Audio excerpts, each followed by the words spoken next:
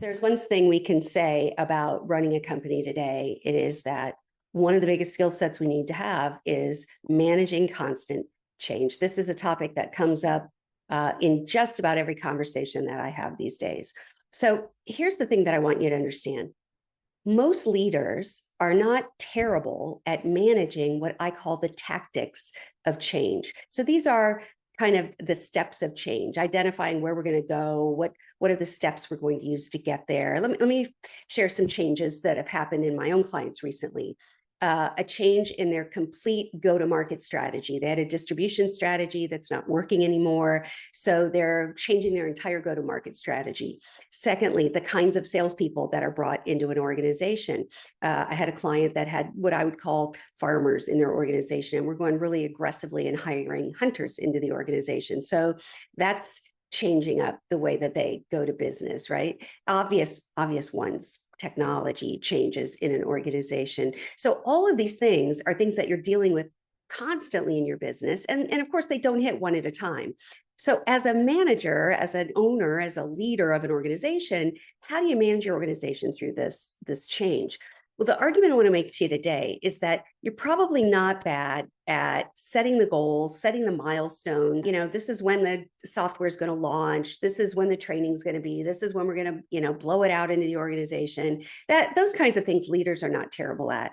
Where we fall down on a fairly regular basis, and the reason that 70% of change initiatives fail anymore is that what we're not managing is the people through the change. Right? Managing people through the emotional part of a change. Leaders tell me all the time, people don't like change. That is not accurate. It's not change that people are resisting. It is loss, and everybody experiences loss, even in an amazing change. We might be part of a merger into a much better organization with much better resources than we have. And yet there are things that I'm personally, as an employee, going to lose as a part of this merger. It might be my status in the organization. It might just be the comfort of knowing how things work in an organization. It might be technology that we use that a larger organization might deem as unsafe, or for cybersecurity reasons. So there are all kinds of losses that people experience, even in wonderful change, and that loss is very personal. That's what they're struggling with. So what I want you to understand is that when you go through a change, you are going to experience a loss in productivity. You are going to experience a loss in engagement in your organization. The question is really, how well can you manage it so that you mitigate the depth and breadth and pain of that period of time?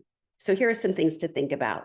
One, your leadership team needs to be completely aligned and completely in sync with understanding why this is so critical and understanding how to help people deal with the loss.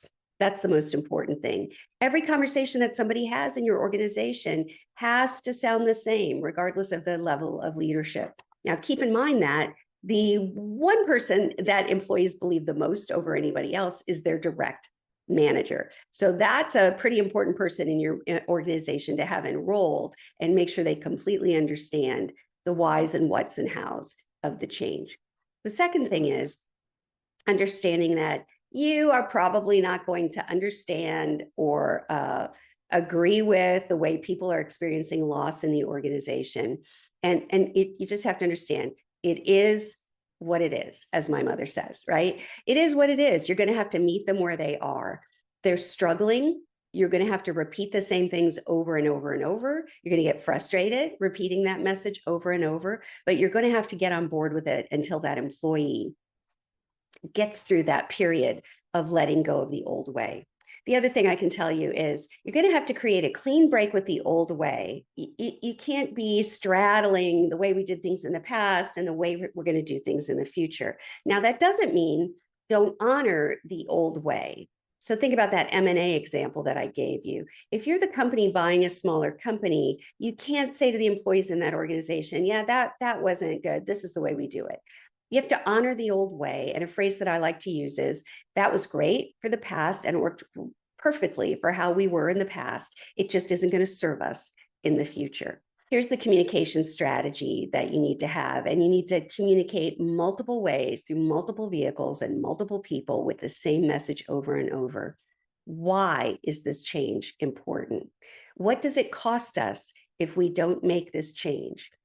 What does the change look like? In other words, what are the steps of the change? How are we going to know that we have gotten to the end of the change? The more you can create a picture here of what success looks like, the better you'll be. Most importantly, here's your part of the change, and here's why you are so important. Now, we all know this, right? What the employee cares about is how it's going to impact them. So the earlier and more clearly you can articulate that message to employee, the better you're going to mitigate that loss of engagement and loss of productivity. I want you to keep in mind that the employee transition and getting these employees through transition is almost more important than the change management, the tactical management that you're doing during a transition. It's the employees that affect the transition, right? If we don't get the employees on board, the change that you're doing is going to be completely ineffective. So the amount of effort you put towards your employees needs to be twice as much as the effort that you put towards the tactics of the change. Find some evangelists in that employee group that really get it and are really on board with it to evangelize for you at the grassroots of your organization. You cannot, it is not possible for you to over communicate during periods of change. Isn't possible. So communicate in different ways, but consistently. Managers struggle with this because we don't realize that by the time that we're ready to launch a change into the organization, we have personally been through this process. So you've got to give your employees an opportunity to get through the process. Is it possible that all employees aren't going to make it through the change? Absolutely. Not just possible, it's likely. But boy, is it better if they self-select out than if you have to start exiting employees from the organization.